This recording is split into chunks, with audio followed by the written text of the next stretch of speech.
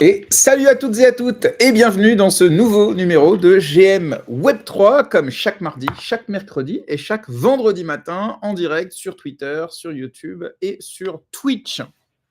L'émission est également disponible en replay ensuite sur l'ensemble des plateformes de podcast. Je suis très heureux de vous retrouver aujourd'hui. En plus, c'est semaine de CryptoXR. Donc, il y aura seulement 2 émissions classiques cette semaine, une ce matin et une demain matin dédiée à l'écosystème Multiversix. Et vendredi, j'aurai une émission en présentiel directement à Auxerre depuis l'événement où eh bien, les invités s'enchaîneront et on discutera de plein de choses. Au programme aujourd'hui, je vais recevoir Bilal El Alami pour une revue crypto complète sur l'actualité de ce qui se passe dans l'écosystème Web3, blockchain, NFT et même un peu politique. Et oui, les deux sont de plus en plus liés. Ensuite, on s'intéressera évidemment à lui et à l'avancée de ses différents projets, puisque je l'avais déjà reçu dans l'émission il y a un peu plus d'1 an maintenant. Ensuite, on aura Pascal Talarida qui viendra nous faire sa chronique DeFi hebdomadaire. Et cette fois-ci, alors il m'a envoyé sa chronique tout à l'heure. On va parler de l'écosystème Ethereum et notamment du staking sur Ethereum.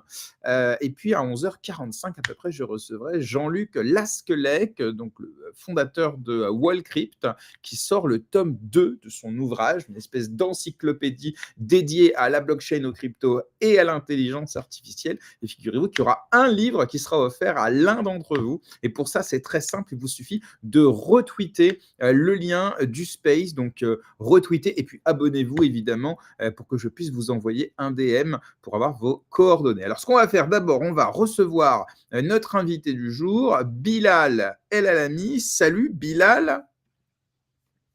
Comment vas-tu? Hello Jérémy, ça va très bien et toi? Ça va Alors être attends, très... j'ai perdu la caméra. Alors, Mince, je ça commence t'invite, pas. parce que ça m'est déjà arrivé, à te déconnecter et à revenir. Parce que Mince, désolé. non, c'est pas grave, J'étais en t'inquiète pas. train. Moi, de toute façon, je vais présenter le partenaire de l'émission le temps que tu reviennes. Aucun souci. À toutes, à toutes, à À toutes. tout de suite.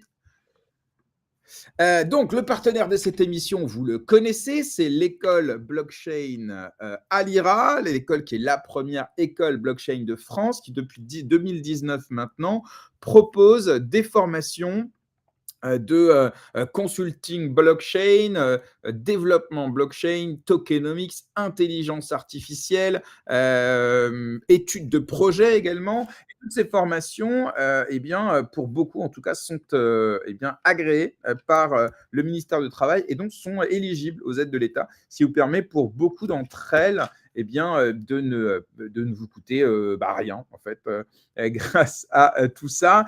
Donc, je vous mets le lien dans les commentaires de la vidéo YouTube, dans les commentaires du podcast également, qui vous permet de bénéficier de 100 € de remise sur l'ensemble des formations qu'il propose. Donc, prenez rendez-vous, utilisez le code GRM100 et puis renseignez-vous parmi toutes les formations proposées. Si vous souhaitez évoluer dans l'écosystème Web3, faire une formation, ça peut être très utile. Figurez-vous qu'on va en parler avec mon invité du jour, puisque lui aussi a lancé son école. On en parlera évidemment tout à l'heure. Bilal, cette fois-ci, ça marche. Salut Bilal.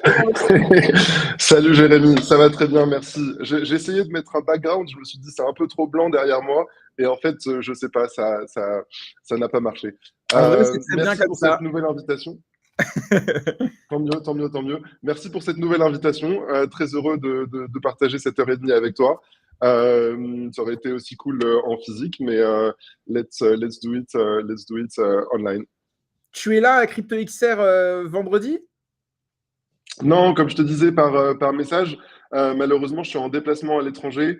Je vais pas pouvoir être présent à CryptoXR, mais il y a plusieurs boîtes de l'écosystème de pirates qui y sont. Je crois qu'il y a Interstellar qui d'ailleurs sponsorise pas mal d'alcool pour les soirées. Il y a MetaFight, il y a Waldos qui a chaque année un super stand à CryptoXR.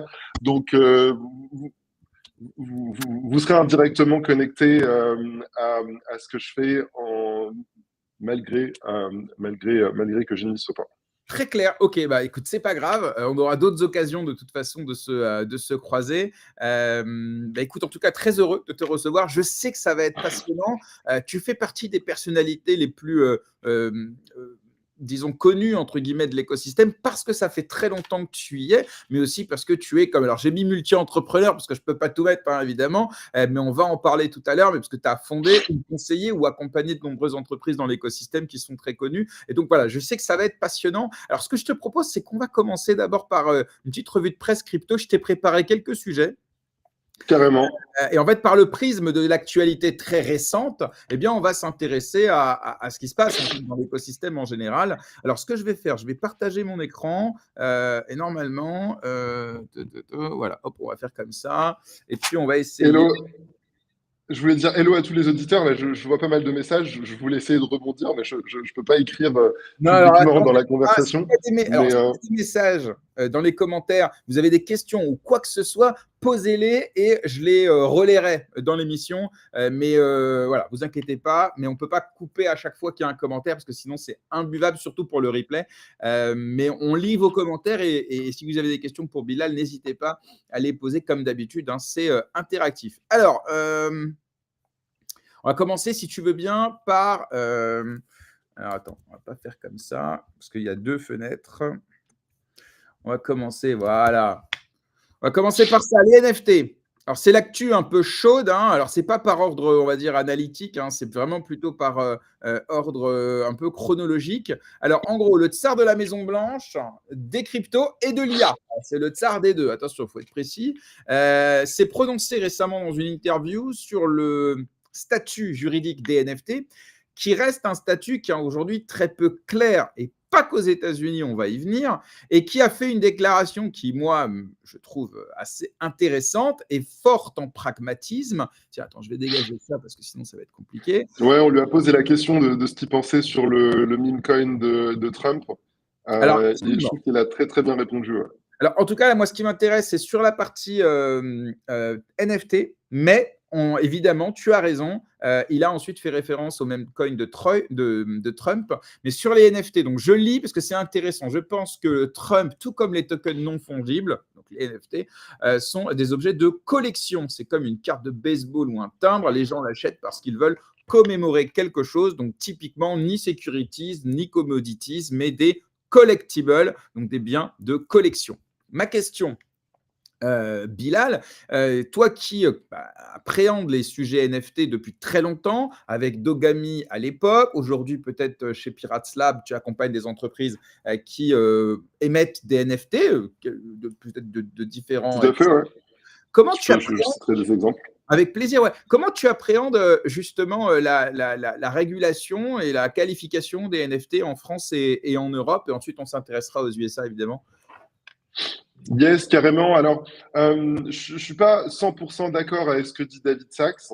En vrai, dans le contexte de la question qui lui a été posée et sa réponse, il a un peu pris de court par le Trump token et il essaye de botter en touche en parlant des NFT. En réalité, alors pour avoir évolué depuis, comme tu le disais, un certain nombre d'années, quasiment 7 ans maintenant dans l'écosystème Web3 français, il y a une approche pragmatique de dire, en fait, c'est pas les NFT en soi qu'on doit réguler, parce que le NFT, c'est un peu un médium. C'est comme si tu signais un contrat et je te disais, le papier sur lequel tu as signé le contrat, quelle réglementation il doit respecter. En fait, c'est pas le point. Le point, c'est le contrat qui est écrit sur ce papier-là, qu'est-ce qu'il représente? Et donc, en fait, il y a cette approche pragmatique de dire, en fait, de quoi on parle? Quel est le sous-jacent de ce NFT? Et donc, si tu utilises, par exemple, des NFT euh, pour représenter un bien immobilier, tu vois, un bien immobilier, c'est pas vraiment donc ça peut pas être fractionné en direct, hein, soit tu as le bien, soit tu l'as pas. Donc en direct, ça peut pas vraiment être fractionné. Tu es propriétaire d'un titre immobilier. Donc tu vois, c'est pas trop un collectible. Donc je le mettrai pas dans cette case-là. C'est un bien immobilier qui est représenté en sous-jacent.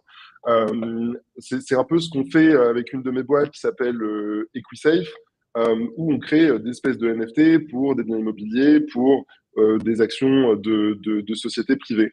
Mais il y a une autre boîte comme Jokies, qui est une sorte de Sorare avec des jockeys où en fait on collectionne des cartes collector de jockeys qu'on peut après réutiliser dans un jeu vraiment exactement comme Sora.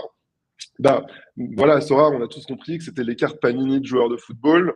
Ça fait 50 ans que c'est des collectibles. Il y a pas à réinventer la roue. Donc, en effet, là, c'est un collectible. Donc, un objet collector. Donc, voilà, j'insiste en fait à tous les entrepreneurs qui veulent émettre ces NFT de ne pas s'arrêter au médium qui est le NFT, mais d'essayer de comprendre quel est le sous-jacent. Et puis, le point important, et je pense que c'est clé capitale, c'est qu'il ne faut pas appréhender la technologie blockchain comme une technologie qui permet de contourner la réglementation.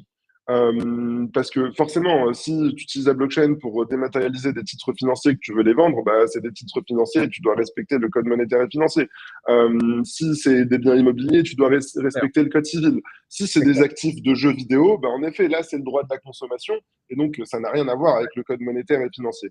Donc voilà, toujours essayer d'avoir un peu de pragmatisme et de ne pas essayer d'avoir cette je pense que tu as d'essayer de contourner la réglementation, alors que bon, c'est clair que c'est je suis complètement aligné avec toi sur la notion de sous-jacent et je pense de toute façon qu'à terme, on tendra vers ça.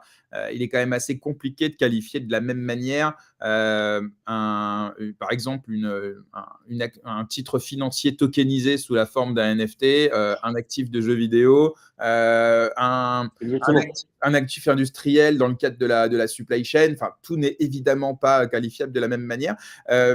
Donc, je suis aligné complet avec toi. Ce qui est intéressant dans le discours de cet Américain dont j'ai déjà oublié le nom, David Sachs, qui était un des cofondeurs de PayPal. Donc, ouais.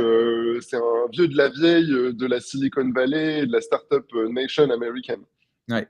C'est la volonté, par principe, en fait, de considérer les actifs numériques comme quelque chose de plutôt positif. C'est-à-dire que je pense qu'un autre aurait tout de suite dit c'est un securities, sans rentrer dans le détail. Lui, il dit c'est un collectible, sans rentrer dans le détail. Les deux raisonnements sont, je suis d'accord avec toi, à mon avis, aussi stupides que de dire que… un peu limité, ouais. Voilà, complètement. Mais…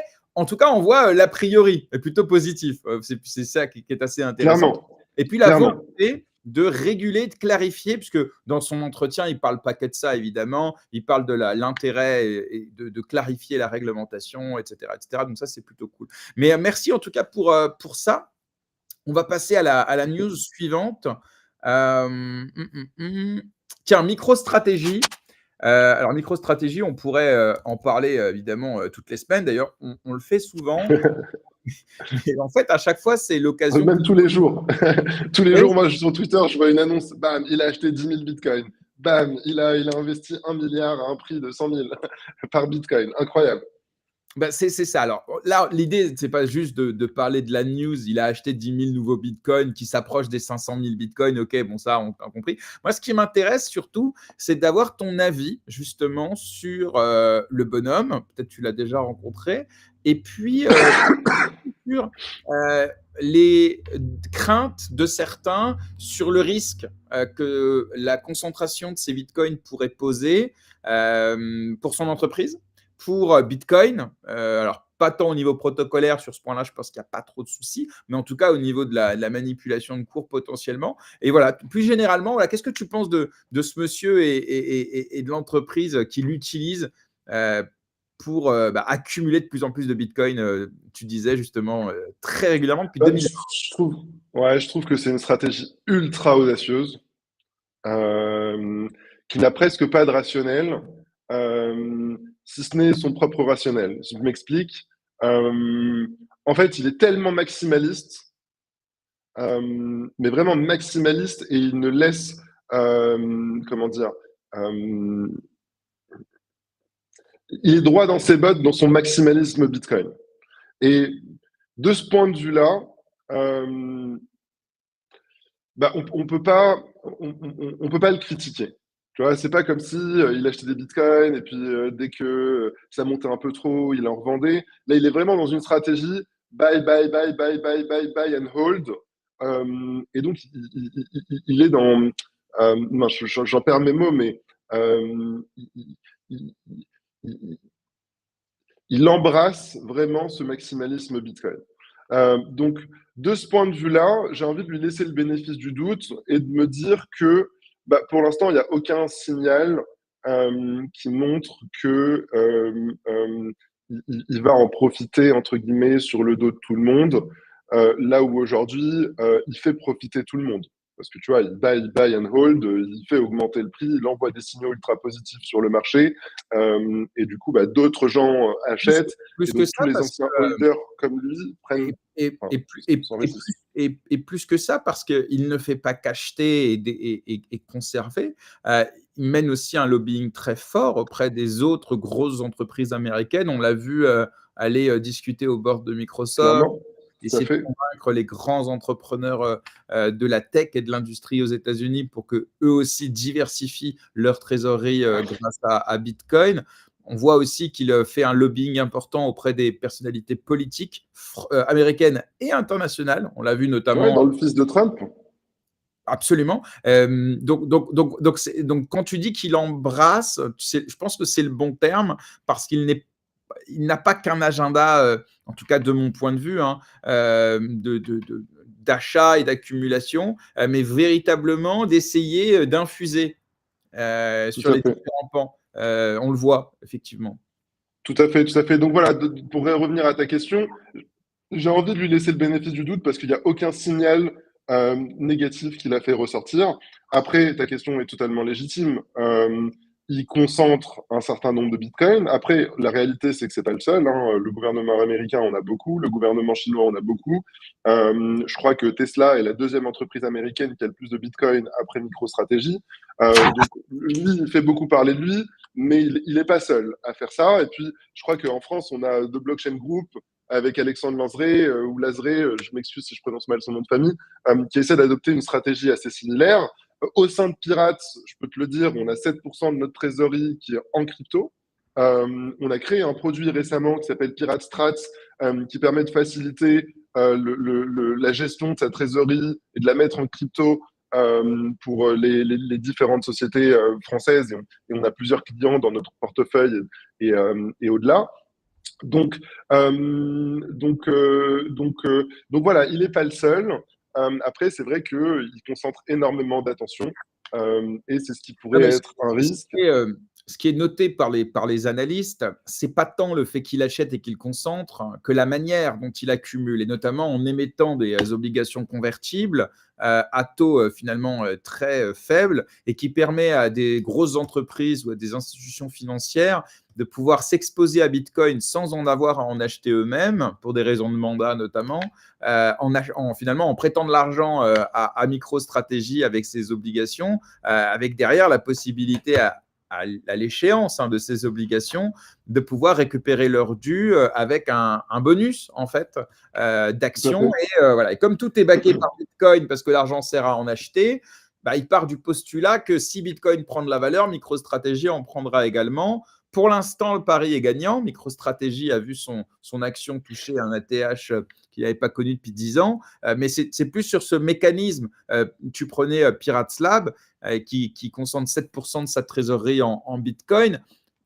C'est de la trésorerie qui vient du chiffre d'affaires qui a été ensuite utilisé pour Tout acheter à du fait. Bitcoin, je suppose. Hein.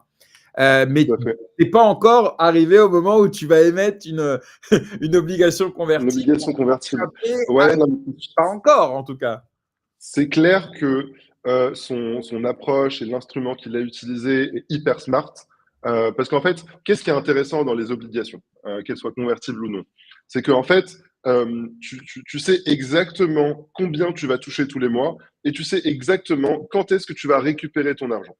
Donc après, en effet, l'aspect convertible, ça veut dire que s'il y a un défaut de paiement, bah, tu convertis le delta en equity et donc du coup, par proxy, tu es exposé aux crypto. Donc c'est un peu comme, tu vois, quand tu achètes un bien immobilier, tu vois, tu as un actif un peu réel. Donc même si tu n'arrives pas à louer ton appart, ton bien immobilier, il ne va pas trop perdre de sa valeur. Donc son instrument est ultra smart parce que c'est l'instrument que préfèrent les institutions financières de par sa prédictabilité, tu vois, comme je disais, tu sais quand tu vas récupérer ton argent, combien tu récupères tous les mois, etc. Et avec cette histoire de collatéral, de dire, bah, au pire, tu te retrouves à être actionnaire de MicroStrategy, qui est listé en bourse, qui a des actifs. Donc, ton risque, il est minimum. Mais pour lui, son upside, il est maximum, parce que s'il rembourse toutes les obligations convertibles, et ils sont à lui, les bitcoins. Donc ouais, ultra smart son approche. Moi, je l'ai pas fait parce que pour l'instant, c'est pas notre métier. Tu vois, en effet, d'émettre des obligations, d'être constamment à lever des fonds, d'acheter du Bitcoin. Notre métier, c'est d'aider des entrepreneurs à grandir et nous par la même occasion. Et donc, voilà, on n'a pas le même métier. Je n'exclus pas qu'un jour, on s'essaye de le faire parce que j'ai beaucoup d'actionnaires qui m'ont demandé de le faire. C'est notamment pour ça que, de manière intermédiaire, on a constitué une trésorerie en crypto. Mais voilà, pour l'instant, c'est pas notre métier. Ok. Bah, écoute, en tout cas, très, très intéressant. Autre sujet, BlackRock. Alors, bon, encore une fois, l'idée qu'ils aient acheté du Bitcoin, on précise toujours, hein, BlackRock achète pour le compte de ses clients. C'est un gestionnaire d'actifs. Donc, voilà. Donc, ça veut dire que ses clients, ils ont envie de s'exposer à Bitcoin. Ok. Moi, c'est plus ton avis sur l'institutionnalisation de Bitcoin. La dernière fois que tu es venu dans l'émission, on était encore aux prémices de cela. Je crois que l'ETF n'était pas encore lancé. Aujourd'hui, on a l'ETF Bitcoin, on a l'ETF ETH qui a été lancé cet été. On a énormément de demandes d'ETF qui ont été déposées pour du XRP, pour du Solana. ETF Solana qui a été accepté au Brésil. Pour l'instant, ce n'est pas à l'ordre du jour aux États-Unis.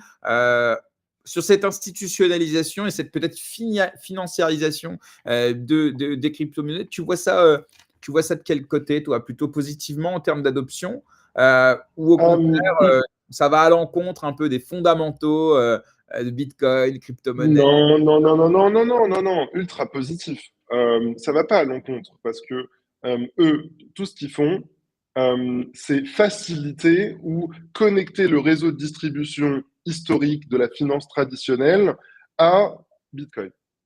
Donc, il faut qu'on y passe par là, parce que c'était ça le grand problème des crypto-monnaies. C'est qu'en fait, ils n'étaient pas connectés au réseau de distribution. Le réseau de distribution, c'est quoi? C'est les asset managers comme BlackRock, c'est les brokers enfin, c'est des brokers, je n'ai pas de nom en tête, mais en France, j'en connais, mais si je cite, ça vous parlera pas, mais des brokers, c'est des distributeurs, c'est des gestionnaires de patrimoine. Tu vois, donc c'est toute cette chaîne de valeur qui, du retail, les gestionnaires de patrimoine prennent l'argent, achètent des trucs à travers les brokers, investissent à travers les asset managers.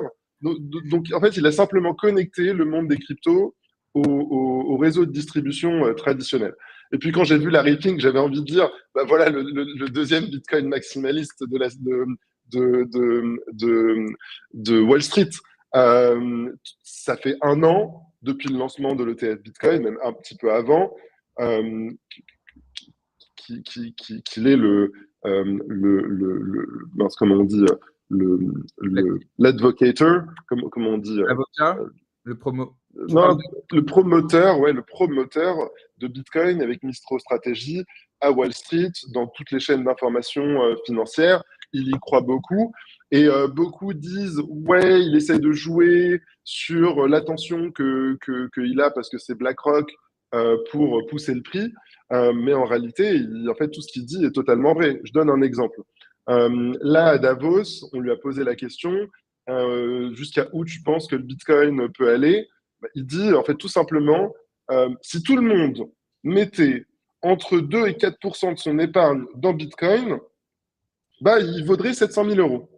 Et en fait, on peut faire ce calcul assez facilement. Hein. Donc, en fait, il n'est pas en train de faire de la publicité mensongère, entre guillemets.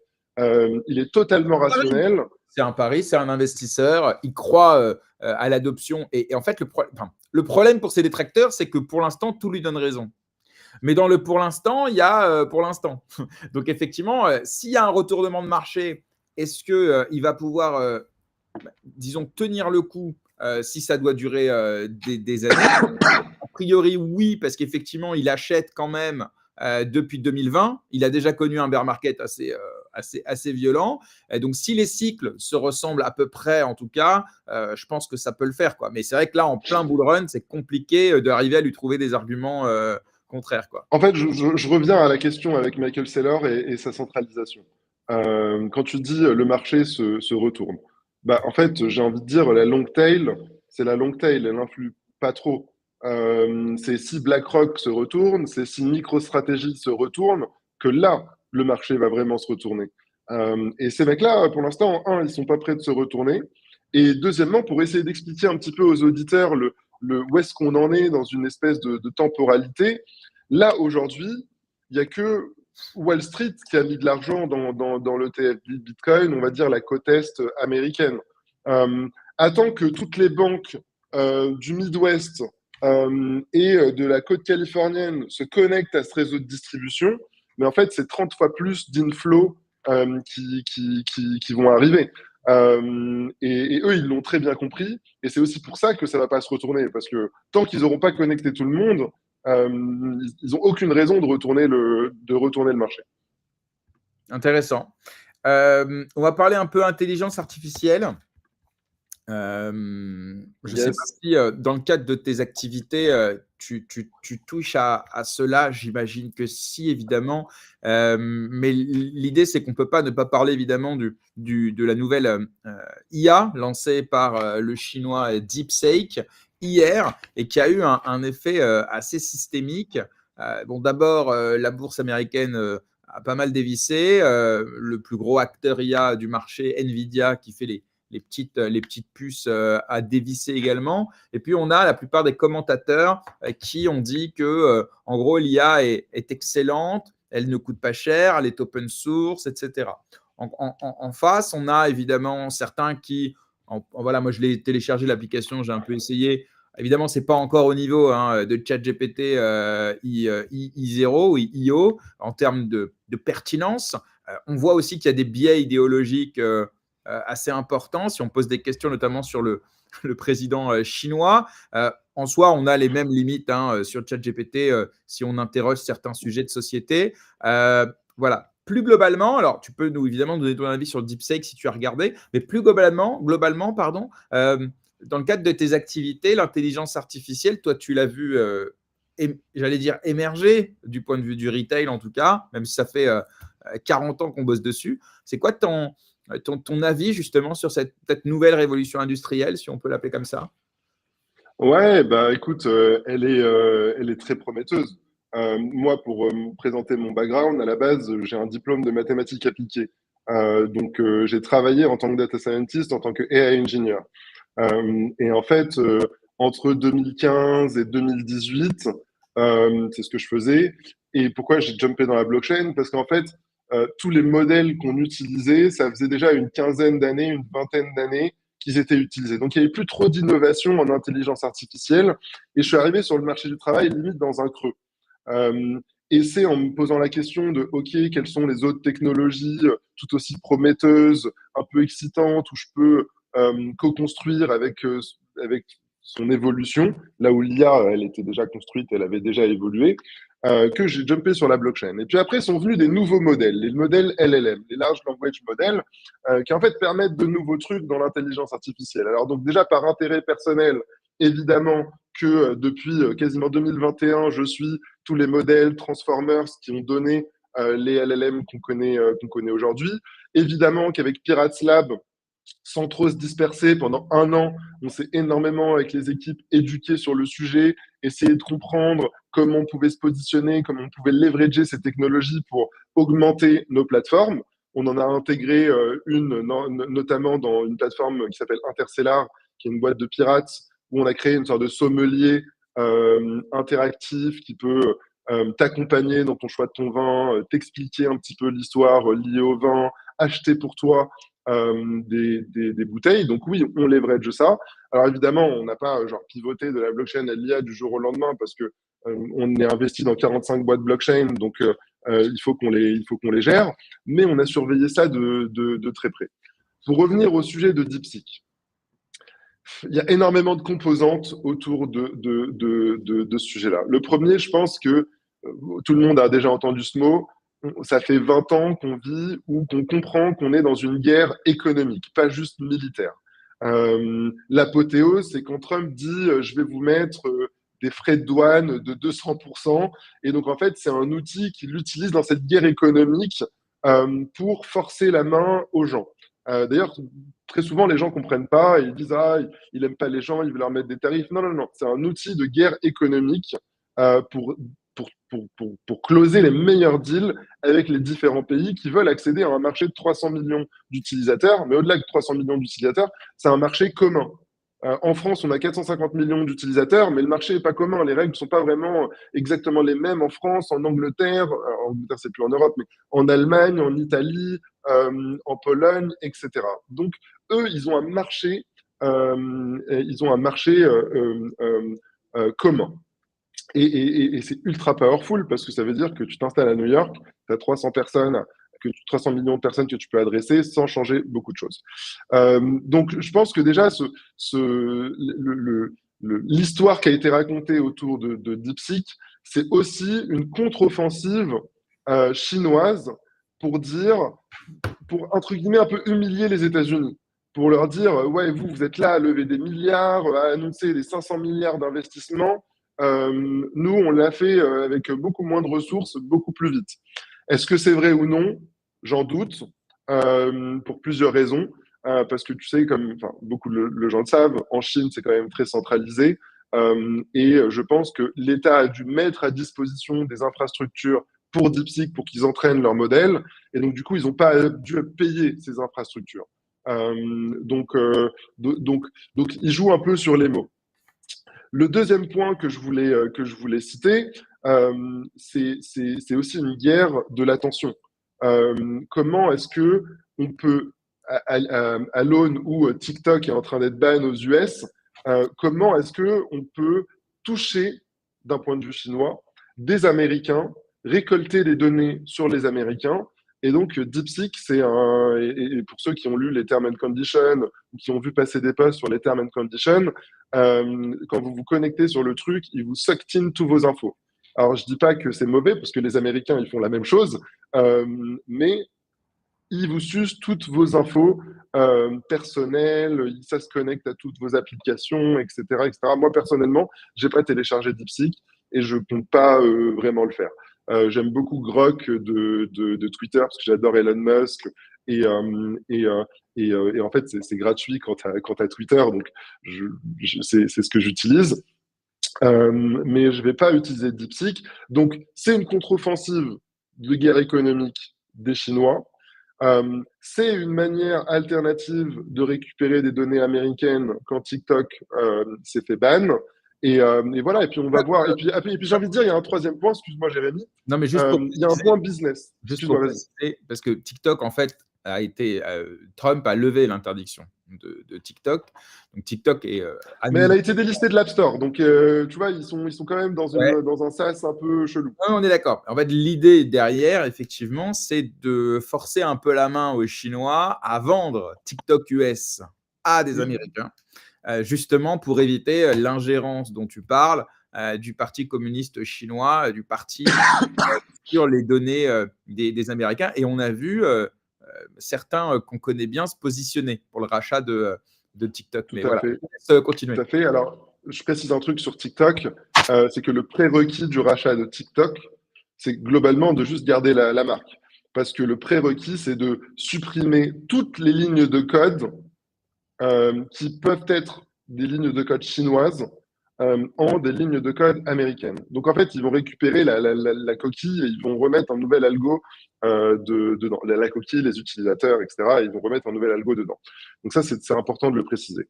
Donc tout à l'heure, je parlais de guerre économique, de contre-offensive. Je parlais de guerre de la donnée. Mais j'ai envie aussi de parler d'un point de vue business.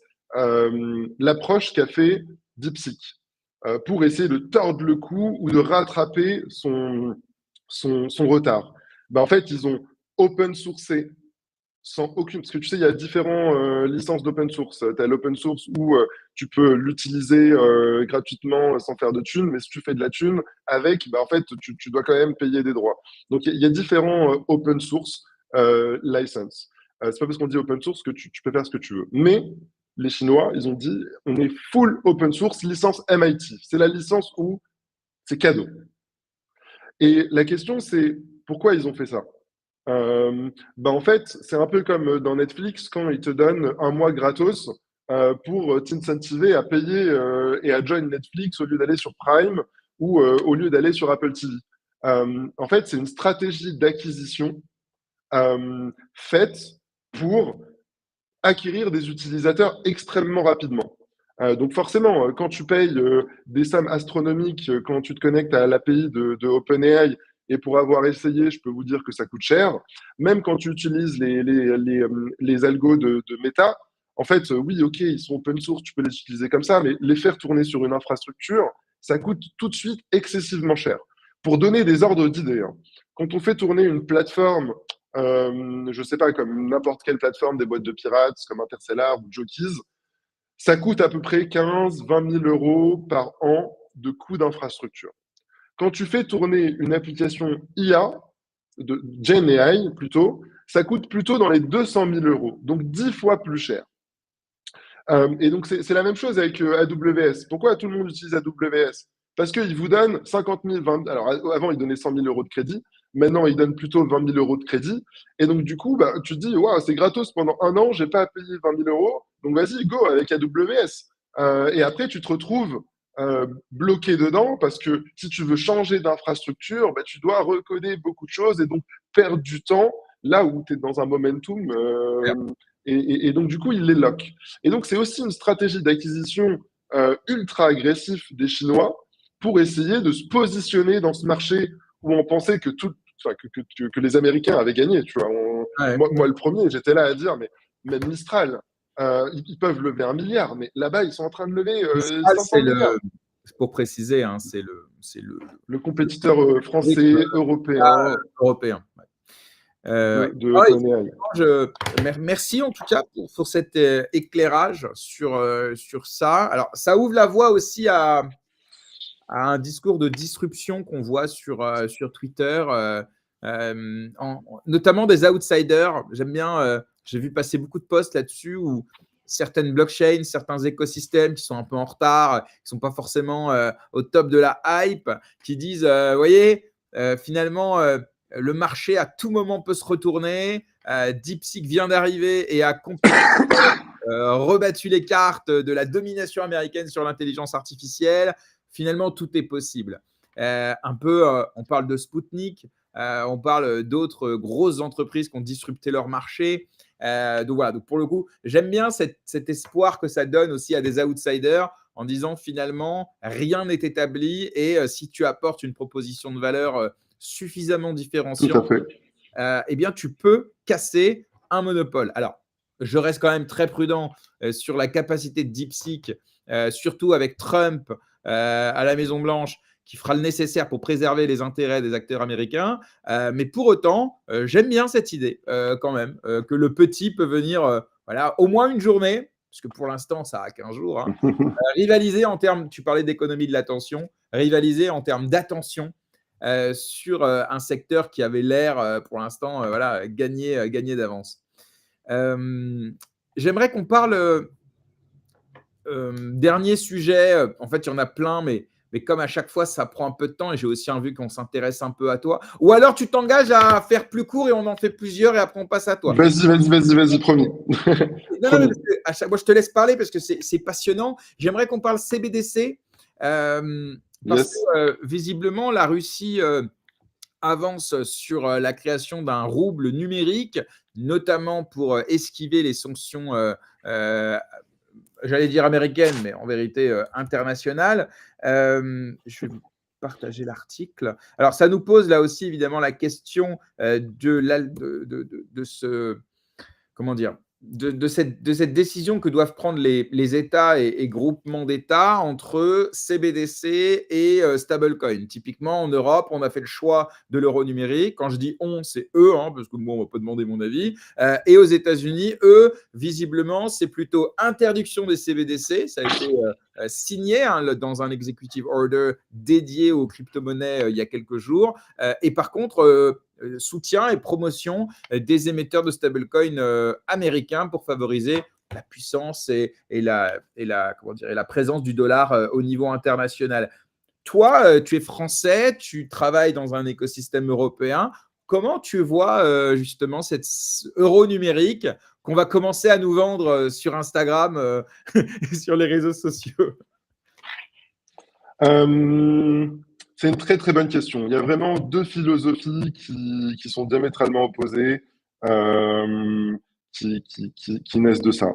Il y a les Américains qui n'ont pas peur d'enlever des services à la banque, parce qu'en effet, c'était les banques centrales et les banques qui géraient les dépôts et les transactions monétaires.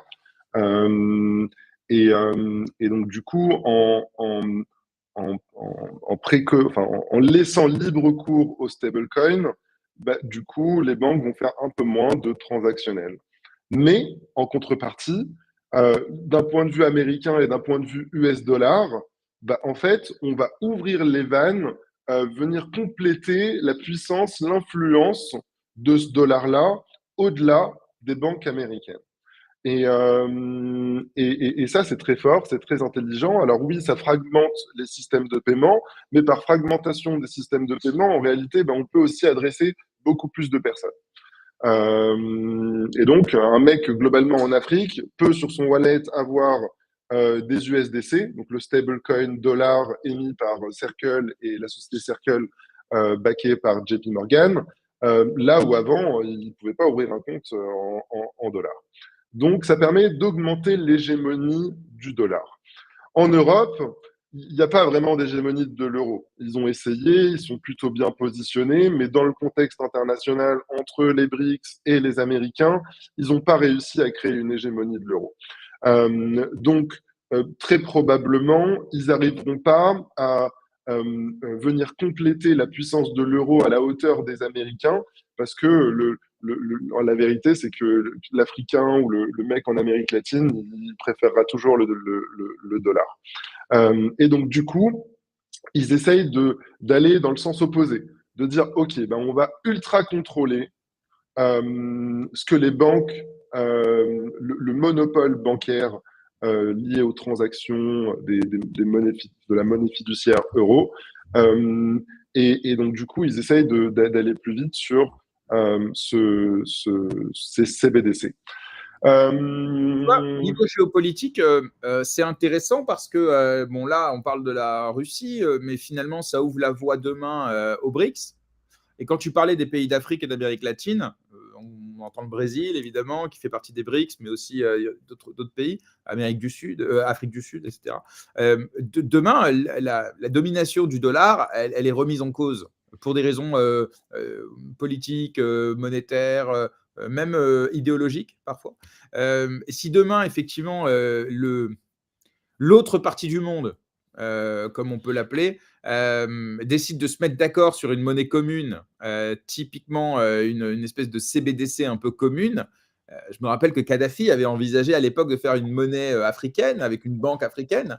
Ce type de régionalisme, région dans le sens large hein, évidemment, peut être intéressant et je pense que Trump a ça en tête. Et c'est pour ça justement qu'il veut anticiper ces choses-là en soutenant le dollar autant qu'il le peut et il sait qu'il devra faire appel aux acteurs de son industrie et notamment Tether, Circle, etc. Je pense que c'est un… Ouais, tout à fait d'accord avec toi, tout à fait d'accord avec toi. Il ouvre les vannes pour essayer d'avoir ce first mover advantage, parce que forcément, quand tu fais une CBDC, que c'est entre guillemets institutionnalisé, qu'il faut aligner tous les pays avec, tu vois, leurs intérêts respectifs. Là où quand c'est une entreprise, ben, en fait, tout le monde essaye d'avancer le plus vite possible pour prendre les parts de marché. Donc lui, il essaye de libérer les vannes pour avoir ce first mover advantage. Quitte à avoir moins de contrôle sur le dollar. Et les BRICS font un peu l'opposé, mais ils vont être beaucoup plus lents.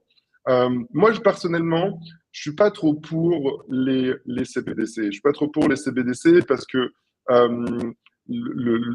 tu sais, quand c'est un État où les banques centrales sont un peu liées aux États, donc quand c'est un État qui a le contrôle sur ton argent, ben, en fait, tu n'as globalement aucun recours. Alors que quand c'est des entreprises qui ont le contrôle sur ton argent, ben, en fait, tu as des recours parce que l'État va te baquer parce qu'il veut te protéger, mais aussi tu as l'aspect compétition. Donc, du coup, les entreprises n'ont pas intérêt à être malicieuses avec toi parce que si elles le font, tu vas aller chez une autre entreprise et ils vont plus faire d'argent. Euh, donc, euh, donc, je trouve que c'est beaucoup plus sain d'avoir un écosystème compétitif pour ce genre de choses que d'avoir un Ouais. système ultra centralisé où en fait tu peux n'avoir aucun recours. Je suis à 100% aligné avec toi. Et alors, évidemment, là aussi, ça nous amènerait à des discussions plus poussées. Est-ce qu'on fait plus confiance à un État qu'à une entreprise? Mais les arguments que tu avances, pareil, je suis Je fais complètement. plus confiance à la compétition que Ouais. à un État. En fait, l'idée, c'est de revenir un petit peu à ce qu'on disait sur Trump ou sur tous les sujets d'ailleurs qui se posent à nous. C'est quel intérêt et quel rapport de force. Et finalement, je pense qu'on est dans un monde où c'est pas nouveau, hein, c'est juste qu'aujourd'hui on le sait de plus en plus. Où en fait, ce sont les rapports de force qui gouvernent le monde. Et Bien sûr, il ne faut pas être naïf. non, mais certains disent oui, aujourd'hui, les rapports de force, guerre économique, tout ça. Mais il ne faut pas oublier que les États-Unis ont toujours fait un rapport de force avec leurs partenaires commerciaux. Simplement, à l'époque, peut-être on ne le disait pas, on le disait moins. Et aujourd'hui, parce que c'est Trump, eh bien, on pique dessus. Mais je ne compte pas les exemples où les intérêts américains ont été préservés au nom de l'extraterritorialité du droit américain, au nom du Évidemment. dollar, au nom de leurs intérêts stratégiques. Et c'est juste que là, aujourd'hui, c'est Trump qui le dit ouvertement, alors que jusqu'alors, disons que ça ne se disait pas. Mais ça, effectivement, c'est bien de prendre du recul là-dessus. Tiens, un autre sujet. Non, ça, on s'en fiche. Si, ouais, on va parler de Musk. Tu m'as dit que tu l'aimes bien. Je te cache pas que moi aussi. Il veut utiliser la blockchain pour, disons, empower, pour aider et affluer un petit peu le DOGE, le Department of Efficiency gouvernemental, donc un département qui va permettre de réduire les dépenses de l'État. D'ailleurs, ils ont déjà commencé, ça se compte en milliards, hein, les économies qu'ils font tous les jours. Et ils voudraient utiliser la blockchain. Alors moi, ce qui m'intéresse, c'est pas tant cette news, c'est plus toutes les blockchains, tous les CEO de blockchain. On a vu celui de Tron, on a vu Cardano, on a vu Celui Multiversix, de Ripple. on a vu Ripple, évidemment. Bref, on les a tous vus qui ont sauté sur l'occasion en disant « nous, on peut le faire ». Alors, entre opportunisme et c'est le jeu finalement de Twitter, comment toi tu vois la chose? Et selon toi, question difficile évidemment, laquelle ou lesquelles, on voit Charles de Cardano qui propose un mix Cardano-Bitcoin, donc laquelle ou lesquelles des blockchains publiques que nous connaissons a le plus de chances d'être choisi par Musk voilà, pour son Doge. Allez, on lance les paris. Bah, On parierait. honnêtement, non, mais moi, j'ai envie limite de parier qu'il va choisir la blockchain de Dogecoin. Parce qu'il me semble que Dogecoin, ils ont fait une espèce de blockchain, et il le dit souvent, c'est un peu comme la loi de Murphy. Le scénario le moins probable va forcément arriver à un moment donné. Et donc lui, il aime bien Dodge parce qu'il dit c'est le truc qui a le moins de sens, qui souvent s'avère être vrai. Et donc moi, si je devais mettre un billet sur une blockchain, je dirais Dodge. Après, évidemment, les mecs de Ripple, ils ont mis de l'argent sur la table pour Trump. Le mec de Cardano, il est aussi américain. Alors moi, j'aime pas trop Cardano. Je trouve que sur les 10 dernières années qu'ils existent, ils ont rien fait. Ils ont On rien fait fait. de la recherche quand même. Euh, ouais, ils ont fait de la recherche, mais encore une J'arrive. fois, En gros, c'est c'est un pas les peu. chercheurs qui gagnent, c'est les entrepreneurs qui gagnent et qui Ah, font la différence, il y tu avait de vois. l'ironie dans ce que je disais, parce que c'est vrai que c'est une blockchain qui passe sa vie à prétendre faire de la recherche. On attend qu'il trouve, hein, mais en tout cas, il cherche. Exactement. Voilà. Exactement, exactement. Donc, why not? Peut-être qu'il nous donnera tort à un moment donné et qu'il sortira une innovation qui fera la différence. Mais moi, je préfère les gens, tu vois, qui ont une vélocité d'exécution continue. Donc, en fait, tout simplement, j'ai envie de dire Une Doge, quoi. Ouais, Solana. Non, Dodge, c'est plus pour le délire de Musk. parce Tu que vois, tu si je vois, me moi, mets dans la pour le tête de coup, Musk, je parierais sur Ethereum, personnellement. Euh, tu ouais, veux pareil, que je pareil, zoome pareil. sur quelque chose? Tu veux que je zoome? Non, il a défendu le Dogecoin. Je pensais qu'il parlait de la blockchain du Dogecoin, justement, mais en fait, Non, pas non, non, vraiment. non. Non, non, mais effectivement, moi, je parierais sur Ethereum parce que une administration de cette envergure et de cette importance a besoin d'avoir le consensus le plus sécurisé, le plus décentralisé. Alors, quand bien même, c'est peut-être pas le plus scalable, je suis pas convaincu que Doge a besoin de valider, Doge, je parle du DOGE, hein, a besoin de valider 1000 transactions à la seconde. Je ne suis pas convaincu. Et donc, je pense effectivement qu'Ethereum Mainnet est peut-être celui qui serait le plus accepté par les Ouais, institutionnels. clairement. Après, Solana, il faut pas oublier que Solana a un taux de pénétration aux US incroyable, hein. Non, mais ça, je ne dis pas. Mais, encore une fois, décentralisation moyenne, on le sait. Et puis surtout, pour l'instant, liveness, pas encore optimal.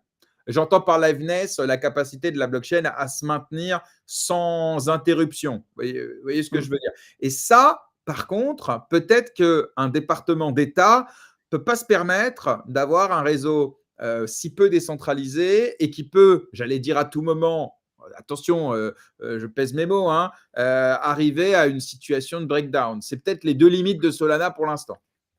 Clairement, je suis tout à fait d'accord avec toi. Alors, la vérité, je pense qu'en fait, là, en y réfléchissant, je pense qu'il va utiliser plusieurs blockchains pour différents use cases.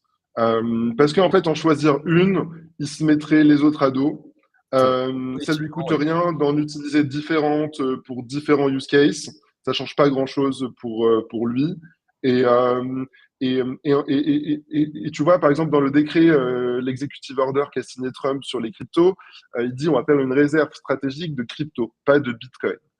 Donc il laisse le flou sur le fait qu'il laisse la porte ouverte Mais ça, c'est un autre à sujet, d'autres Bilal. cryptos. Et alors, ça va nous Oui, amener je suis sur la d'accord. réserve stratégique.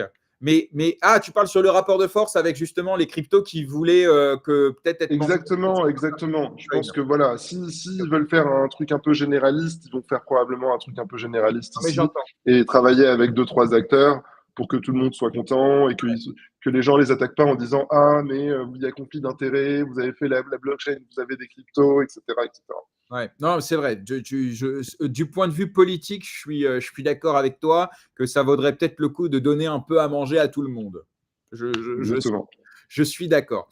Euh, Alors ça, est-ce qu'on on s'en fout? Ouais, si, on va finir là-dessus. Forcément, on va parler de MiCA, régulation européenne, et pourquoi? Par le prisme de Bitpanda, qui est un broker, justement, on en parlait tout à l'heure, autrichien, qui exerce en France et en Europe depuis quelques années. Ils sont plutôt cool d'ailleurs, et qui viennent d'obtenir la licence MiCA en Allemagne. Donc évidemment, GG à eux, hein, parce que je crois que c'est pas facile. Mais voilà, mais l'idée surtout, ma question, c'est évidemment, c'est un sujet que tu connais, j'allais dire par cœur. On va rappeler hein, quand même que tu es l'un des premiers à avoir, tu as accompagné l'un des premiers projets à avoir obtenu le visa sur son token. Je me rappelle, c'est comme ça que j'avais entendu parler d'Equisafe Ouais, pour tout à fait. un truc green ou je sais pas quoi, mais vous aviez participé. WPO. Voilà, c'est ça. Je ne sais pas si c'était un truc plutôt B2B et plutôt privé, mais en tout cas, vous aviez accompagné ça. Ensuite, par les nombreuses boîtes que tu accompagnes ou que tu as fondées, tu as été confronté à la réglementation. Pour certaines, tu as dû même installer la fondation en Suisse pour différentes raisons, tu pourras revenir dessus. Bref, c'est un sujet, j'en suis convaincu, qui te travaille et qui t'intéresse. Comment tu vois et comment tu as vu évoluer la réglementation MiCA? Est-ce qu'aujourd'hui, maintenant qu'elle est, alors sa première version en tout cas, est en vigueur, est-ce que tu trouves que c'est plutôt positif ou au contraire, c'est une véritable catastrophe? Et là, prends ton temps parce que ça va nous amener sur ton interview. Donc là, c'est bon, c'est le dernier sujet d'actu, entre guillemets. Euh, Eh ben, écoute, je vais te dire la vérité. La vérité, déjà, c'est que personnellement, limite, j'en ai eu ma claque de toutes ces réglementations. Et, euh, et c'est notamment une des raisons qui m'a amené à faire autre chose que EquiSafe. Donc, EquiSafe, c'est une société qui faisait de la tokenisation. On a un business model où globalement, on tokenise des véhicules d'investissement où des investisseurs sont syndiqués pour investir dans des biens immobiliers, dans des startups, etc. L'avantage que ça apporte, c'est plus de transparence, plus de facilité de gestion financière et de reporting et plus de facilité transactionnelle. Et en effet, j'étais à fond dedans. Pourquoi est-ce que j'en ai un peu eu marre? Parce que tout est très lent. Parce que, en fait, les, les, les régulateurs, en fait, pour comprendre ce qu'on est en train de faire là avec de la crypto et de la tokenisation, il faut avoir des connaissances quand même un petit peu techniques, financières et juridiques. Et la vérité, c'est que chez les régulateurs, ils sont plutôt très juridiques, un peu financiers et pas du tout techniques. Donc, ils n'arrivent pas à imaginer le système dans leur tête. Et quand tu attaques ça que d'un prisme juridique, ben, du coup, tu peux bloquer un truc en pensant que c'est la bonne manière de le faire, mais en réalité, c'est pas du tout la bonne manière de le faire. Je réfléchis à un exemple, mais ben, l'exemple des titres financiers, tu vois, et de la conservation. Donc les cryptos permettent d'avoir de la vraie propriété. Et parce que tu conserves les clés privées, et donc il n'y a que toi qui peux mouvementer tes cryptos. Et en fait, les régulateurs ont eu beaucoup de mal à appréhender ce concept parce que ça n'existait pas avant. C'était les banques où tu faisais tes dépôts et c'est eux qui contrôlaient ton argent. Et donc, du coup, ils sont d'un point de vue très juridique où ils disent, ben, en fait, il doit y avoir un intermédiaire qui prend la responsabilité, mais en fait, ça se passe pas comme ça dans la crypto. Donc, ils essayent tu vois, de créer une réglementation un peu calquée sur ce qui existait avant, mais les principes de base sont différents. Des carrés, quoi. Exactement, exactement, exactement. Et donc, du coup, mon expérience personnelle, c'est quoi? Comme j'étais très early, bah, déjà, je suis arrivé, comment dire, j'ai beaucoup éduqué les régulateurs parce qu'on était parmi les plus avancés, parce qu'on avait déjà une réflexion ultra avancée. Et donc, j'étais dans tous les groupes de travail en 2018, en 2019, en 2020. Et humblement, beaucoup d'avocats pour te dire à quel point, en effet, je maîtrisais le sujet à la fin, je te jure, il y a des avocats qui me disaient Bilal, tu es meilleur en code monétaire et financier que certains de nos collaborateurs. Alors que j'ai jamais fait de droit de ma vie, tu vois ce que je veux dire donc j'avais une connaissance du sujet et j'ai beaucoup éduqué. Et donc, en fait, là où je pensais pouvoir influencer, entre guillemets, parce que j'éduquais, j'apportais beaucoup de pédagogie. Bah, en fait, je trouvais qu'on utilisait ce que je leur apprenais contre moi. Donc déjà, j'aimais pas trop l'approche. Ensuite, deuxièmement, quand tu es dans un univers réglementé, tu as toujours cette épée de Damoclès au-dessus de ta tête, où je te garantis, hein, il y a des fois, tu vois, il y a une communication. Enfin, quand tu es réglementé sur une opération qui est réglementée, tu dois tout faire valider par l'AMF. Un jour, on a eu le malheur, il y a un mail automatique qui est parti, on n'avait pas fait valider le texte.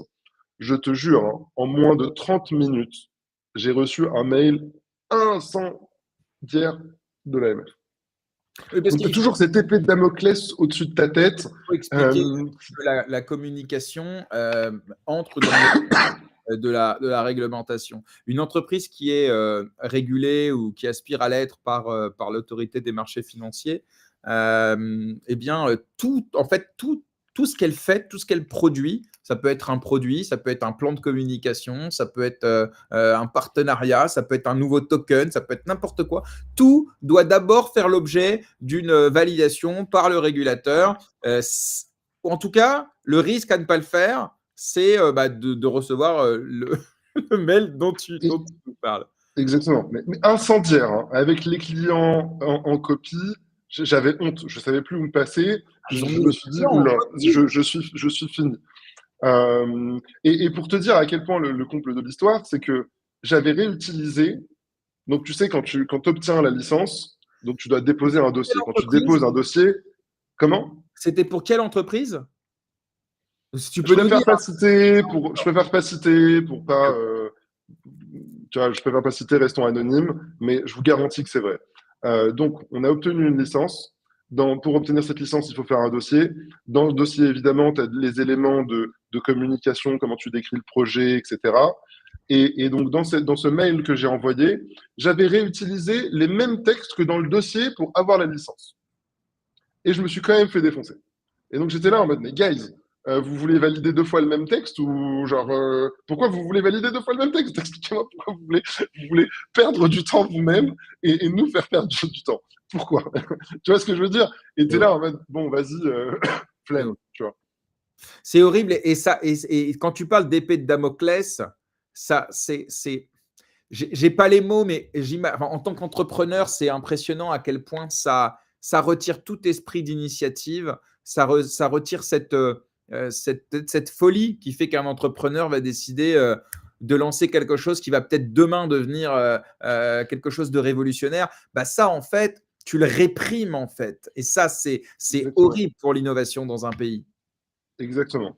Et en fait, la réglementation en Europe, elle freine à 2 niveaux, comme tu l'as très bien dit. Elle freine de par la loi qui est plutôt conservatrice qu'elle laisse le bénéfice du doute pour que le business puisse se développer. Et en fait, ça freine d'un point de vue moral. Tu as tellement peur. Alors, en vérité, évidemment, tu vas pas en prison tout de suite. Tu vois, ils te font un mail, ils te disent, vas-y, modifie tout de suite, mets un petit message comme quoi il y a eu un petit couac. Et si vraiment tu le fais pas, tu passes en précontentieux. Si vraiment tu te fous de leur gueule, là, tu passes en vrai contentieux. Donc, l'important, c'est de dire, tu vas pas aller en prison tout de suite. Tu as un peu le droit à l'erreur en quelque sorte. Ensuite, je disais, il y a cette pression mentale qui freine la créativité des gens. Et on a exactement l'opposé aux États-Unis. Tu vois, aux États-Unis, ils sont connus pour dire expérimente comme s'il n'y avait pas de loi. Parce que, si tu brises la loi mais que tu ne fais pas d'argent, personne ne va venir t'emmerder. Il n'y a pas de pression. Ouais. Si tu brises la loi, bah, en fait, tu peux te créer une position dans le marché assez rapidement. Et en fait, une fois que tu l'as, ça veut dire que tu fais de l'argent. Et donc, tu paieras les avocats pour faire appel, retarder les lawsuits, etc. Et te mettre Mais tu vois, en ordre de bataille. Je parlais avec un ami builder que nous connaissons tous les deux et qui est connu dans l'écosystème, et je ne vais pas le citer, qui est parti s'installer pour une de ses entreprises aux Émirats Arabes Unis, à Dubaï. Je pose la question, je lui dis, bon, alors concrètement, comment ça se passe au quotidien, notamment au niveau du régulateur? Il dit, bah, c'est simple. Quand on fait une bêtise, parce qu'il n'y a pas un entrepreneur qui ne fait pas de bêtises, le régulateur va prendre attache avec nous et va nous dire, bah, sur ça, je pense que c'est pas ouf. Donc, venez, on va vous accompagner pour faire en sorte de mettre en conformité. Donc, on est sur un accompagnement légal parce que là-bas aussi, ils sont conscients que la réglementation doit évoluer avec les entrepreneurs. En France, c'est vrai que c'est un peu différent, comme tu peux le dire. Moi, je suis dans l'écosystème depuis, on va dire, 2017-2018. Nous, on est passé du Far West où il n'y avait rien à aujourd'hui où il y a trop. En tout cas, c'est mon avis.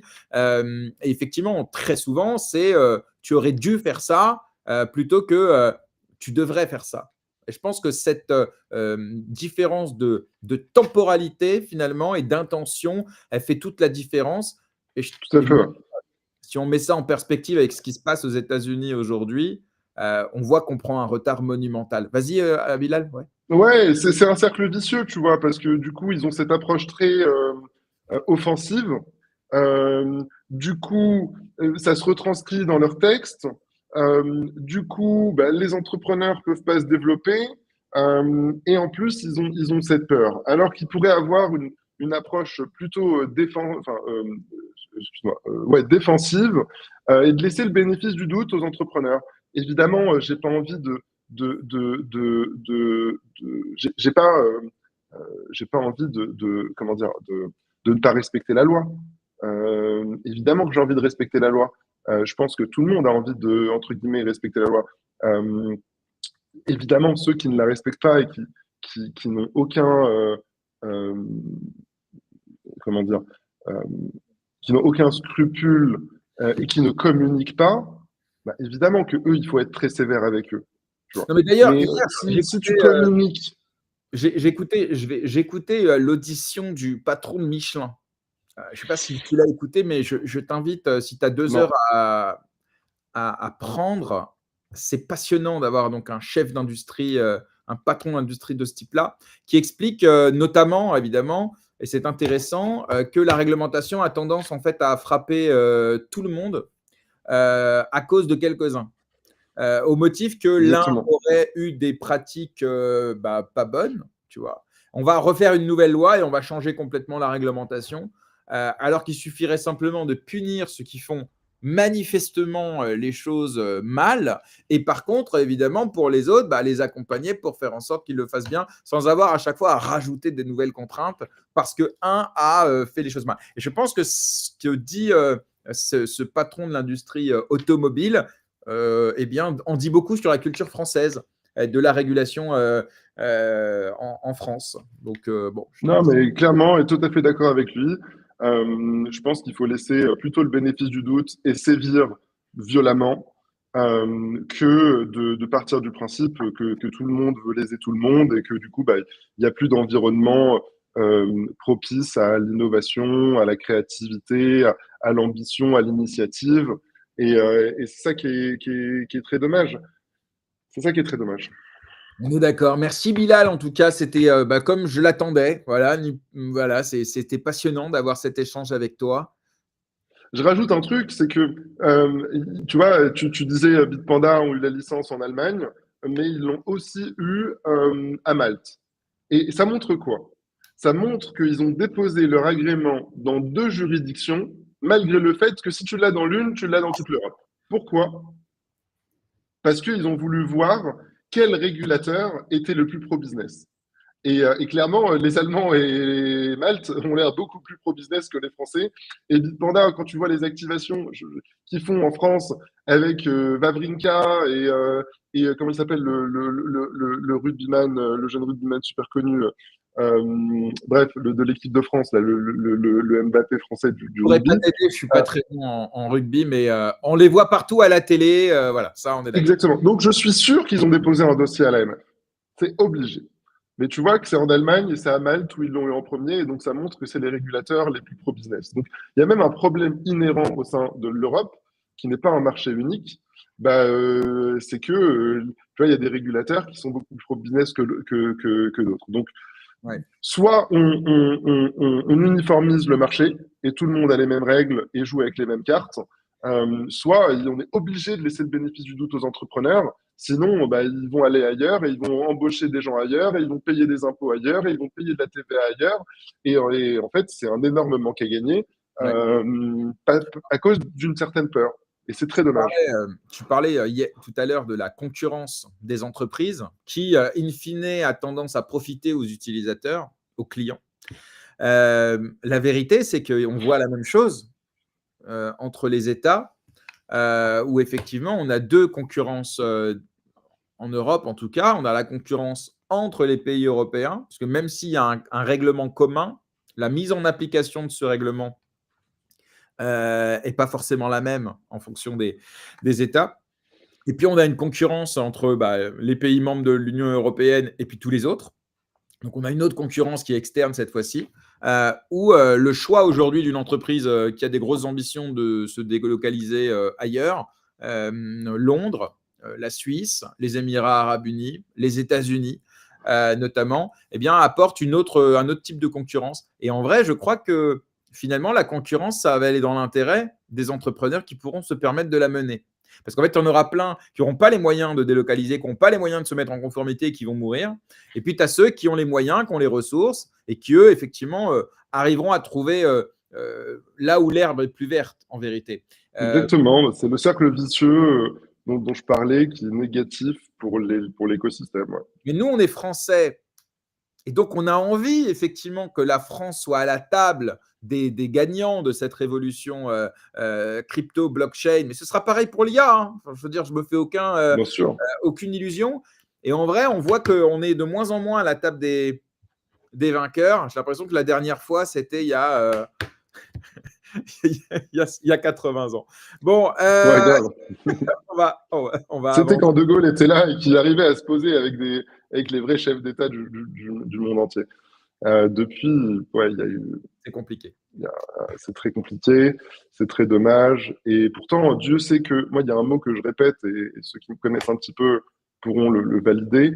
Je suis très patriote économique et patriote générationnel. Ça veut dire que j'adore la France, je me revendique français, j'ai envie de créer de la valeur en France, j'ai envie de travailler avec des entreprises françaises, même en priorité, hein, pour deux entreprises à service égal, bah, je préfère travailler avec une entreprise française. Et patriote générationnel, j'aime bien travailler avec des gens de mon âge ou de ma génération. Euh, mais quand c'est aussi difficile de se positionner dans un marché où... Parce que c'est quoi la réglementation? La réglementation, c'est mettre des barrières à l'entrée aussi, tu vois. C'est quand tu as des acteurs qui sont établis, bah, du coup, bloquer d'autres acteurs de venir manger leur morceau grâce à cette réglementation. Et donc, quand il n'y a pas une égalité des chances, bah, c'est difficile de vouloir être patriote économique parce que tu es là, en fait, tu es le dindon de la farce, tu vois. Ouais, c'est ça. En fait, c'est patriote dans la limite de ses intérêts. Parce que bon, tu as des salariés, tu as une entreprise à faire vivre, tu as des ambitions personnelles. Et à un moment donné, le patriotisme, il a une limite. Et on peut évidemment tous la comprendre. Bilal, on va avancer un petit peu. Alors, tu étais déjà venu dans l'émission, Ouais. donc on ne va pas refaire la même entre guillemets interview. On va pas revenir sur les choses dont on a déjà parlé. En revanche, il y a des choses nouvelles dans ton giron d'activité. Mais d'abord, tiens, si on fait un petit point sur les entreprises que tu as fondées, cofondées ou que tu as advise. Aujourd'hui, peut-être Dogami. Alors, j'avais reçu dans l'émission il y a quelques mois maintenant. Chris, Ouais, j'avais. Christopher? Merci, absolument. Un garçon adorable et passionnant qui c'était voilà juste avant le bridge sur Polygon. Donc on rappelle, hein, Dogami, on va dire que c'est un jeu Web 3 autour de l'univers Ouais, des c'est un chiens jeu mobile, dans tout à lequel on fait. peut voilà adopter un chien, s'en occuper et faire des courses. Moi, c'est ce que j'ai compris. Exactement. Euh, Exactement. Comment ça se passe et quelle place pour le gaming Web 3 en 2025? Très, très, très, très. Non, non, vas-y, j'adore. Je veux des questions comme ça. Euh, Comment ça se passe? Parce Bah que vous alors, êtes déjà, commencé première sur précision. Tezos et maintenant vous Ouais. êtes allé sur Polygon. Voilà, juste pour. Oui, alors en fait, bon, il y a plusieurs manières de répondre à cette première question. Le premier, c'est que tu vois, typiquement, c'est un bon exemple de mon patriotisme générationnel et business. Tezos, qui est quand même ma connotation française, bah, j'ai quasiment décidé que ça allait se passer sur Tezos pour ces raisons-là. Est-ce que a posteriori c'était le bon choix? Bah, vous avez changé, Sur, donc sur, non. sur le long terme, non. Sur le court terme, bah, on est le plus gros projet qui a été lancé sur Tezos. On est la plus grosse collection NFT qui a été lancée sur Tezos. Plus grosse collection, c'est-à-dire en volume. Et on a réussi à se positionner sur Tezos. Mais Tezos était encore petit et en fait, là où on pensait grandir avec Tezos, bah, en fait, on était bloqué Ouais. par l'écosystème de Tezos. Ensuite, il ne s'agit pas de choisir une blockchain et là où avant j'étais pas dans l'aspect un peu multi-chain, mais en fait, il n'y a aucun problème à, à avoir un jeu multi-chain, c'est-à-dire tu peux choisir d'avoir tes actifs sur Tezos, tu peux choisir d'avoir tes actifs sur C'est même plutôt Polygon, ça, plus non? récemment, c'est même plutôt ça, tout à fait, tout à fait, tout à fait, tout à fait. Donc voilà, en fait, ce choix de bridge, il est sain parce qu'on n'a pas quitté Tezos, on est toujours sur Tezos. Là, on est sur Polygon, ils sont en train de lancer sur Abstract la blockchain de Pudgy Penguin, ils sont toujours sur Polygon. Donc en fait, les blockchains, c'est un réseau de distribution. Donc on est en train de se connecter à différents réseaux de distribution. Donc il n'y a rien de péjoratif dans ces bridges, et je le pense vraiment. Ensuite, l'équipe, elle est top. Hein, tu as vu Chris. Maximilian, avec qui j'avais étudié à l'ESCP, Grégory Magadou, qui est la patte artistique derrière tout l'univers. C'est une J'ai un super équipe. labrador, moi. Et le jeu est joué dans 80 pays auprès de quasiment une centaine de milliers d'utilisateurs. Donc évidemment, ils n'ont pas atteint une masse critique qui fait que c'est une cash machine qui génère 200 millions comme Candy Crush. Mais en réalité, ils s'en sortent pas trop mal. Ma vision du jeu vidéo, c'est la suivante, Web3.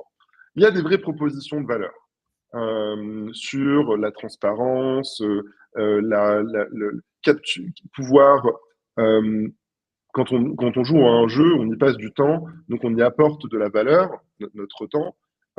Et donc, je trouve ça super intéressant que cette valeur, tu vois, elle puisse se transformer pour qu'on puisse mieux la manipuler. Là où, quand tu joues à un jeu vidéo, tu arrêtais de jouer, bah, moment, tu avais perdu ton temps, enfin, tu avais perdu ton temps.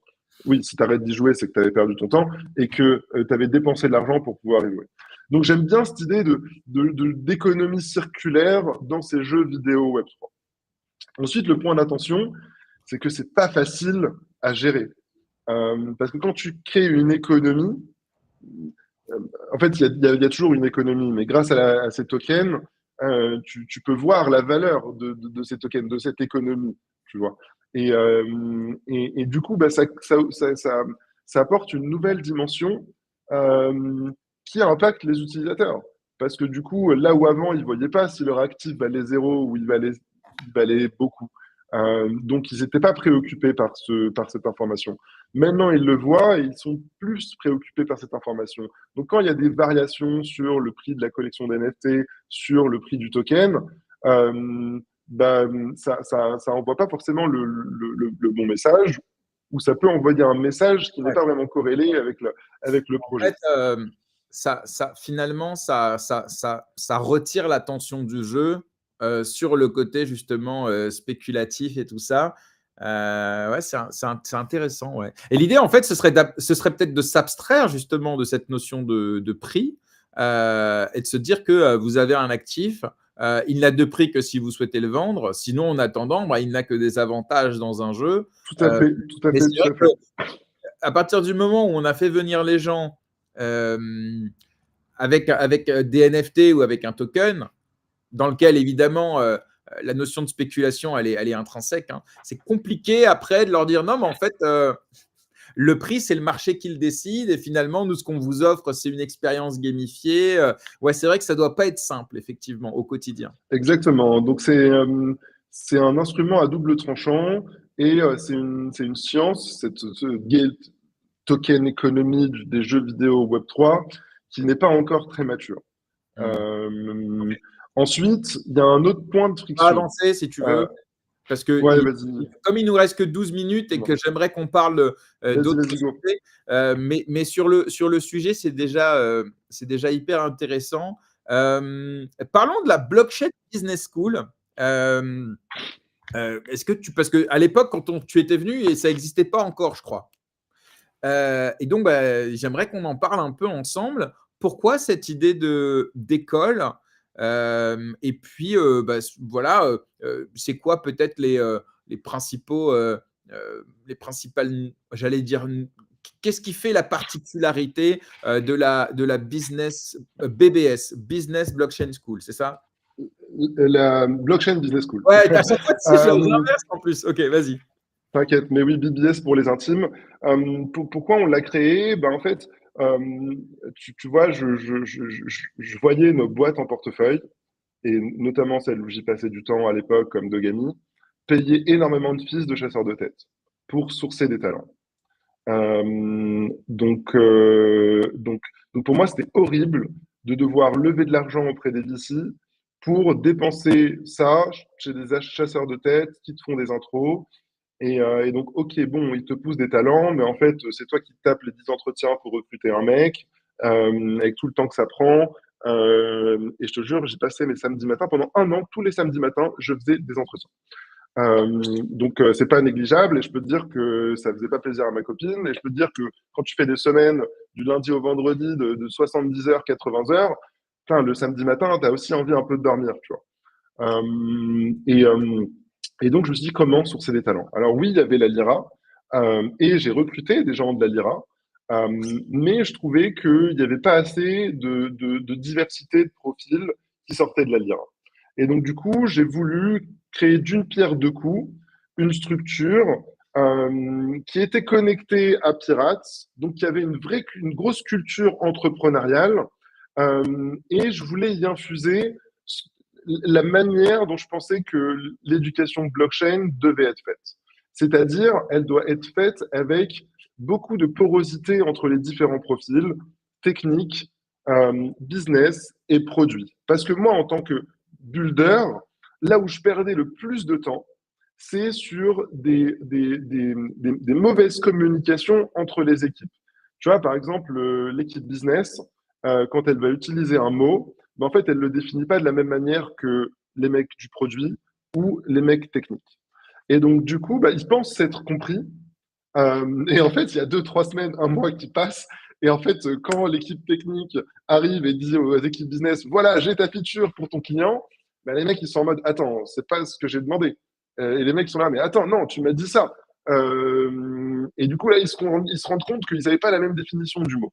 Et donc, ce que je voulais, moi, c'était vraiment avoir des cursus qui mettaient en commun des profils business, produits, techniques, dans un cursus commun avec des zones de spécialité. Là où tu vois la Lyra, ils ont leur truc technique d'un côté, leur truc consultant de l'autre. Moi, sur les 3 mois, il y a 2 mois qui sont communs aux deux cursus avec un mois de spécialité seulement. Et donc, c'était ce que je voulais infuser dans la partie éducative. Et Dieu sait que avant que je crée la BBS, je suis plusieurs fois allé voir la Lyra, je leur ai plusieurs fois proposé mon aide, et j'ai jamais réussi à donner ne serait-ce qu'un cours. Donc, je me suis dit, bon, bah, je vais essayer de le faire moi-même. Je pense que on a de quoi se positionner dans le marché grâce à notre historique, grâce à Ça, Pirates et à cet esprit ça a entrepreneurial. combien, ça a combien de temps maintenant, BBS? Un an et demi? Non, 2 ans, 2 ans, 2 ans, 2 ans? 2 ans. Ok. Ah, donc Ouais. en fait, quand tu es venu, c'était peut-être déjà le début alors. Ok, ouais. Ouais, exactement. C'est possible que ce soit le début. Après, Et alors, voilà, comme c'était le début, peut-être que je ouais. n'ai pas Et trop alors, développé sur le sujet. est-ce que tu es content de ces 2 premières années? Et, je sais pas, moi, en 2025, est-ce qu'il y a des choses de prévues? C'est quoi les axes de développement de BBS dans les prochains mois, si tu peux nous en partager certains? Ouais, bien sûr. Bah, alors, la BBS, il faut voir ça comme un organisme de formation. Mhm. Et donc, c'est pas qu'une école blockchain. D'ailleurs, la terminologie, au début, elle était importante parce que ça nous permet de nous identifier. Mais aujourd'hui, on dit plus BBS que Blockchain Business School parce qu'on veut créer plus de diversité de cursus. Donc, tu vois, typiquement, on a rajouté des cours d'IA, un peu sur la même thématique, la même approche que pour la blockchain, beaucoup de communs, un peu de spécialité pour justement avoir plus de porosité entre les différents profils. Mais aussi, je l'utilise pour créer des nouveaux cursus que je pense être nécessaires. Exemple, on travaille beaucoup avec, enfin, on essaie de travailler de plus en plus avec des gestionnaires de patrimoine. Et donc, du coup, on a créé un cursus pour les gestionnaires de patrimoine afin que ils puissent s'éduquer sur le sujet et pouvoir conseiller de manière la plus efficace leurs clients pour dédramatiser le sujet, pour mieux expliquer le sujet, pour mieux les onboarder. Et donc, en fait, j'utilise la BBS comme une plateforme pour faciliter la démocratisation de l'univers dans lequel on travaille. Très clair. Très clair. Bah, en tout cas, bonne chance hein, pour Ouais. ça. Moi, je suis évidemment très favorable à tout ce qui porte à la formation et à l'éducation. Dans l'émission, pour nous, c'est fondamental. Notre partenaire, c'est Alira. Dans l'émission, on ne parle jamais de trading, de price action, de tout ça, parce que ce n'est pas notre ADN. Nous, notre boulot, c'est finalement d'apporter un petit peu d'information et de formation sur les éléments. Là, on reçoit dans quelques minutes Pascal Talarida qui va nous faire une chronique sur la DeFi pour comprendre un petit peu à travers ces chroniques justement qu'est-ce que la DeFi. Et donc, je peux être qu'en phase avec tes ambitions et te souhaiter évidemment plein de belles choses pour cette aventure. Tiens, parlons d'Interstellar. Ça, par contre, dans mes souvenirs, on n'en avait pas parlé. Ça, c'est sûr et certain. D'ailleurs, il est très possible que je reçois très bientôt. D'ailleurs, je crois que ça y est, c'est Louis, fait, un gars, l'un des deux. Louis de Bonnecase. Attends, T'as un problème avec les prénoms, toi? c'est l'autre. C'est l'autre. Maxime Garot? Ouais. Et, Ah, ok, non. ouais. Et en fait, tu vois, comme Bonnecase, Jean-Louis, Louis, je sais plus. Louis de Bonnecase. Ouais, et ben on le voit partout, on le voit tout le temps. Et en fait, je me suis dit, moi, j'ai envie de recevoir l'autre. Tiens, donc on va recevoir Maxime dans l'émission. Il paraît qu'il a un parcours très intéressant. Incroyable. Ouais. Bon, donc voilà. Mais il vient, c'est booké. Je vais te dire exactement. Maxime Garot, 18 février. Tu vois, c'est bientôt. Bon. Alors Interstellar, on les voit pas mal, notamment dans tout ce qui est event. Moi, je les vois notamment quand je fais Crypto Show chez le Crypto Daily, parce qu'il leur arrive parfois de fournir l'alcool, de sponsoriser, et donc on boit à leur santé. Alors, qu'est-ce que toi tu fais là-bas? Et pareil, quel plan là? Il nous reste quelques minutes pour Interstellar cette année. On va finir là-dessus, tiens. Ouais, alors qu'est-ce que je fais là-bas en fait? Déjà, j'ai rencontré Louis et Maxime avant même Interstellar, quand ils faisaient leur projet Wine Bottle Club, où ils avaient créé un groupe d'aficionados de vin numérique, crypto, entre guillemets, donc avec une collection de NFT. Tu étais membre du club et tu recevais des bouteilles. C'était cool. Ils ont eu énormément de succès avec ce projet, mais c'était pas un projet scalable. Moi, ce que j'aimais avec le vin, c'est que, un, ça parlait à beaucoup, et que deux, il y avait d'autres problématiques dans le vin, notamment au niveau de la traçabilité, de la chaîne d'approvisionnement, des bouteilles de vin, ou la blockchain, qui dit problème de traçabilité, la blockchain est la réponse, est la meilleure réponse pour ces sujets-là. Et donc, en discutant avec eux, je leur ai dit, écoutez, guys, si vous voulez faire un projet plus scalable, venez, on s'associe avec Pirates et puis on crée cette marketplace de vins et de spiritueux qui, à la différence d'une marketplace classique où tu achètes juste du vin, dans la nôtre, tu vas pouvoir acheter et revendre du vin, mais aussi permettre de stocker cette bouteille-là. Et donc, quand tu l'achètes et tu la revends, elle ne bouge pas. Et donc, si elle ne bouge pas, il n'y a pas de problème de traçabilité. Et en fait, ils ont beaucoup aimé l'approche. Ils étaient déjà, alors je ne dis pas que c'est mon idée, ils étaient déjà en train de se poser des questions. Qu'est-ce qu'ils pouvaient faire de plus? Comment compléter ce membership de Wine Lover? Et à l'intersection de nos réflexions, on en est arrivé à ce que je viens de te pitcher. Et en fait, déjà humainement, j'adore les mecs. Ils ont mon âge et on est vraiment sur la même longueur d'onde. Et puis, je les ai rencontrés au bon moment. Je leur ai apporté l'infrastructure de Pirates, qui sont des financements et des ressources, pour pouvoir un peu kick-off ce nouveau projet, qui est en osmose avec l'ancien, vu que la carte de membre One Bottle Club et la communauté est toujours active et intégrée à la plateforme Interstellar de Taillot. Comme je disais, on peut acheter, vendre, stocker as a service des bouteilles de vin.